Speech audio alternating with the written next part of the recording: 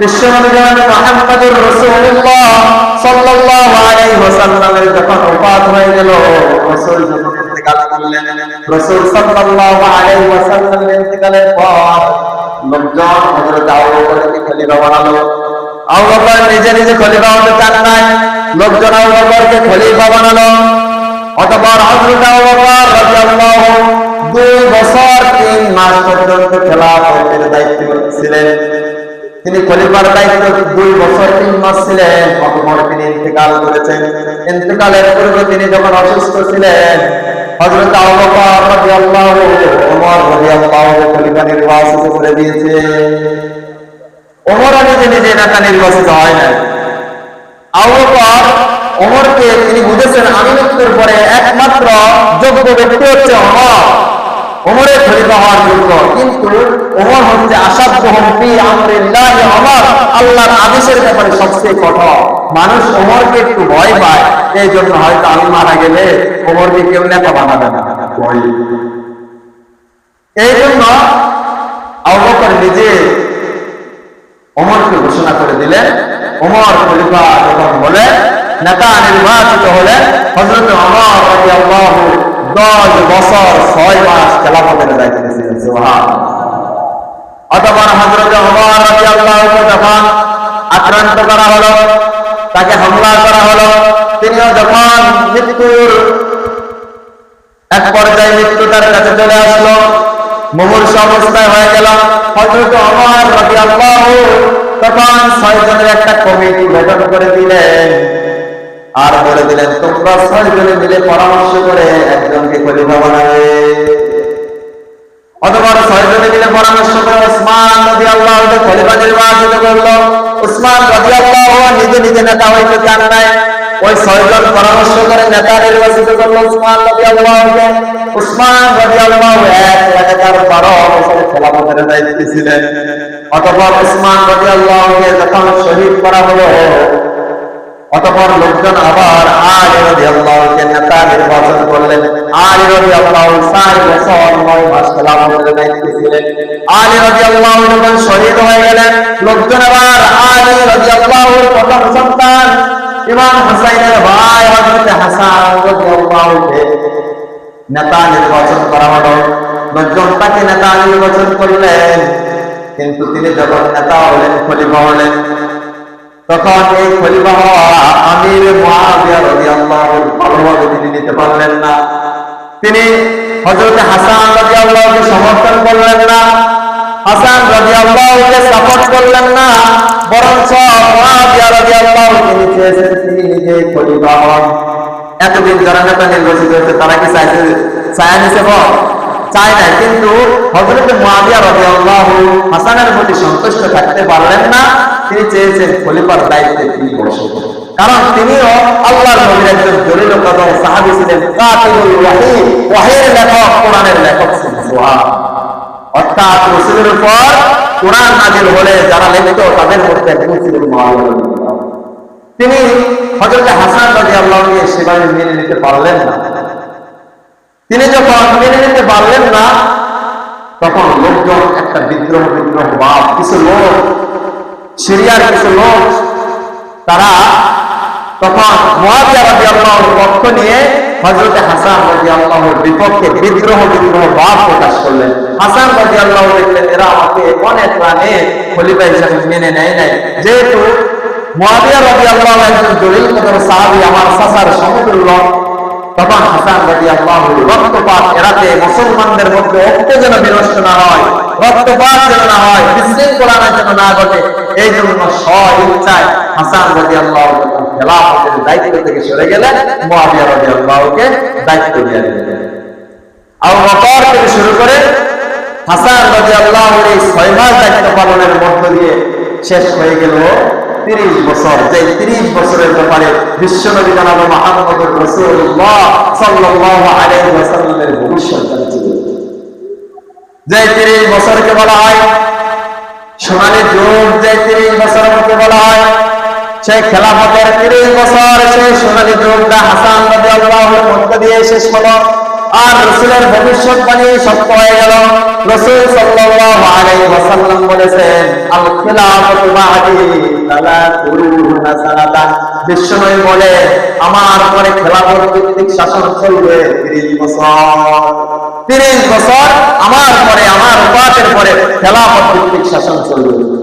নবুয়তের আদলে যে 30 বছর খেলাফত চলেছিলেন, ওই 30 বছরে হচ্ছে আবু বকর থেকে শুরু করে হাসান রাদিয়াল্লাহু আনহু। সুবহানাল্লাহ। সম্মানিত হাজিরিন, খেলাফতের অবস্থা শেষ হয়ে গেল। হযরত মুআবিয়া রাদিয়াল্লাহু আনহুর মাধ্যমে রাজতন্ত্র শুরু হয়ে গেল।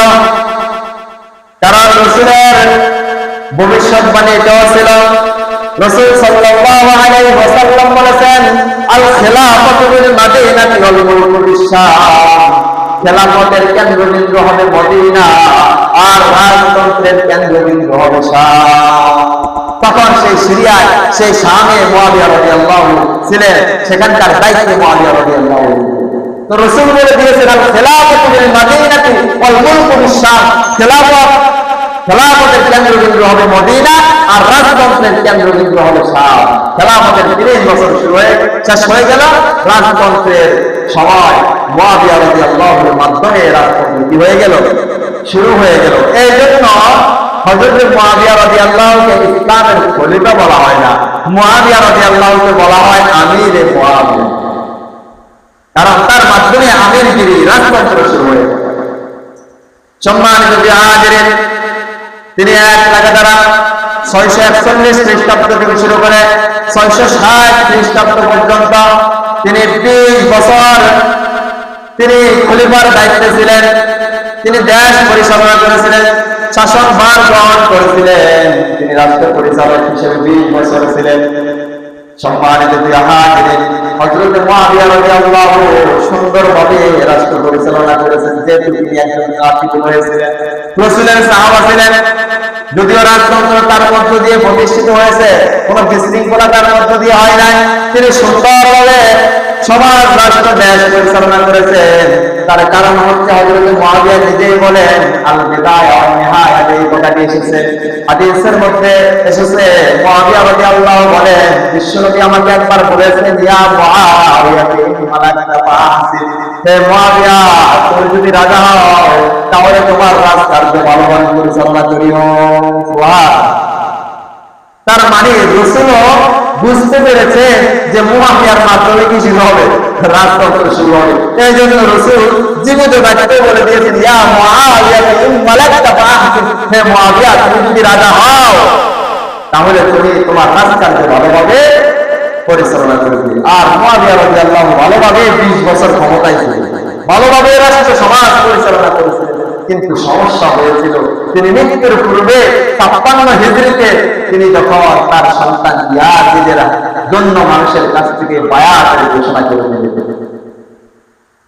হযরত মুআবিয়া রাদিয়াল্লাহু তখনও জীবিত, তিনি মৃত্যুবরণ করেছেন 60 হিজরিতে। আর তার পূর্বে 56 হিজরিতে তিনি মানুষজনকে বিভিন্ন দেশে ঘোষণা করে দিলেন, আমার পরে আমার ছেলে খলিফা হবে, আমার ছেলে নেতা হবে, অতএব তোমরা তার হাতে বায়াত গ্রহণ করো। 56 হিজরিতে ঘোষণা করে দিলেন। তখনও অনেক সাহাবী জীবিত, তখনও আব্দুর রহমান ইবনে আবু বকর জীবিত, আব্দুল্লাহ ইবনে ওমর জীবিত, তখন হযরত জুবাইর রাদিয়াল্লাহু জীবিত, ইবনে আব্বাস রাদিয়াল্লাহু জীবিত, তখন হুসাইন রাদিয়াল্লাহু সাহাবারা জীবিত। এর মধ্যে মুআবিয়া রাদিয়াল্লাহু ইয়াজিদকে নেতা বানায় দিচ্ছেন। এটা অনেকের পছন্দ হয় না, অনেকে এটাকে মেনে নিতে পারেন না। অতঃপর 60 হিজরিতে যখন মুআবিয়া রাদিয়াল্লাহু ইন্তেকাল করলেন, তখনই ইয়াজিদ ক্ষমতার মসনদে বসে গেল।